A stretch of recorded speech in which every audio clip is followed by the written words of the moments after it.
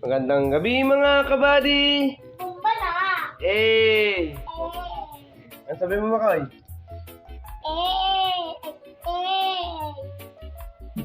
Kaya po si Makoy nanonood sa cellphone. Katatapos ko lang hong magkayot ng makapuno. Ngayong gabi nga po pa lang ito mga kabady. Ito po yung dalawang niyog na makapuno. Ngayon lang po ulit ako nakahanap ng makapuno kasi matagal po, bibihira lang po kasi sa isang puno na niyog, bibihira lang po magkaroon ng makapuno. So ito na po mga kabady yung aking nakayod. Yan po. Yan. Yan mga kabady. Yan po ay ating lulutuin. Gagawin po natin tinatamis ang makapuno. Tapos ito po yung asukal natin gagamitin. Pero hindi ko naman po ito lahat, siyempre. Sobrang dami naman po at masyado matamis. Yan po yung ating aking gagawing palaman mga kabady. Palaman po sa Japanese cake mga kabady. Ito po. Yan, sasalin ko na. Talagang, ay malaglag. Konti lang ho yan. Yan po yung gagawin nating gagawin ko pong palaman sa Japanese cake. Gagawing Japanese cake. Baligtad ang utak. Gagawin po natin palaman yun.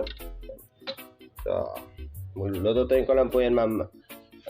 Lulutuin ko lang po yan ngayon mga kabady at mamaya papakita ko po sa inyo ang itsura ng pagkaluto ng makapuno. Okay, sige. Bye. Tatayin nyo lang po mga kabady. Hirap mag-vlog pagka di ka magaling mag-vlog. Nautal ka sa mga sinasabi mo. Mali-mali na yung sinasabi mo. My goodness. Yan. Good evening mga kabady. Yan. Misis ko po na po naghawak ng aking yan na po yung ating makapuno mga kabady. Tapos talagyan lang natin yan ng asukal. Yung asukal mga kabady, depende na po sa inyong palasa. Sa inyong dami. Kung gusto niyo sobrang tamis, pwede naman ho. Kung gusto niyo ng kaunti lang, yung saktong tamis lang, pwede naman ho. Sa akin naman mga kabady, para sa akin, pag ako nagluluto ng ganito, hindi ko din ho naman trip pagka sobrang tamis masyado. Gusto ko yung saktong lang ho na may lasa, malinamnam mga kabady. Malinamnam ba makapuno?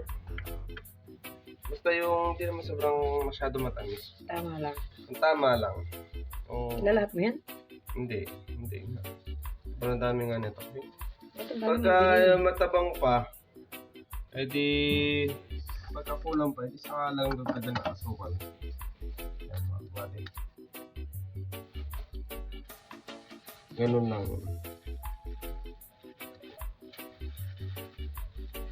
lahat na yung dalawang dalawang ako. May iba nga po pala tayo.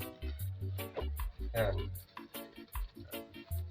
Matasis-hindi lang natin yun hanggang sa matunaw yung sukat. Kumapit doon sa makapuno. Halayin ko muna ng konti para mas gumanda. Pagkakulang pa yung makapuno. Yung tamis. Wala pa sukal.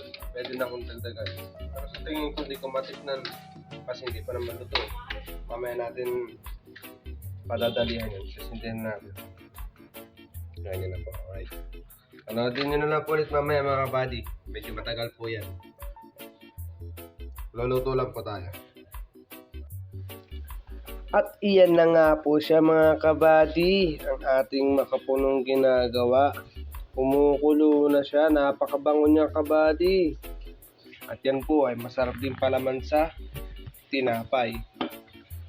Mga lola ko nung nabubuhay pa, ganito po yung palaman nila sa tinapay mga kabady. Pero masarap po ito mga kabady.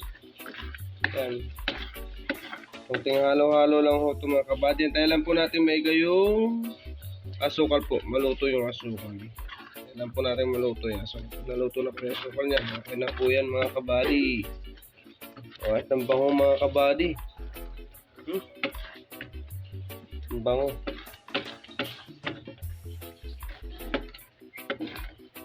Yan po ang ating makapuno.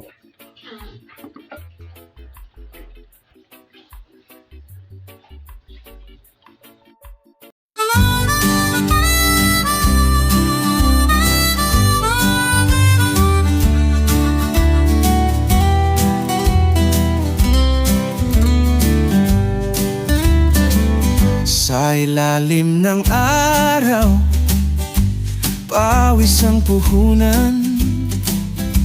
Sa lupa't kalabaw, pangarap ay nilalaban. Alright mga kabady, yeah. Nakalipas ng ilang minuto, ito na po ang ating nilulutong makapuno mga kabady. Okay na po siya. Pwede na hong palaman mga kabady. Oh, diba? Lalong bumango. Bigla naman ako nagutom nito mga kabady. Masarap po kasi talaga ipapalaman sa monay ito. Yung monay. Yun. Okay na po ito mga kabady. Yan. Konting iga na lang. Pero sa tingin ko okay na po ito. O, paano ba niya mga kabady? Ito man sa inyo aking makapuno. Masarap po yan mga kabady sa Japanese cake. Bihirang-bihira lang po magkaroon ng palaman na makapuno kasi bihirang-bihira lang din po makakuha nito sa puno ng niyog. Yan. Alright, ingat po tayo mga kabady. Maraming salamat po. Ingat po tayo. Abangan nyo po ulit at susunod kong kabanata. Ingat po. Ingat po. Maraming salamat mga kabady.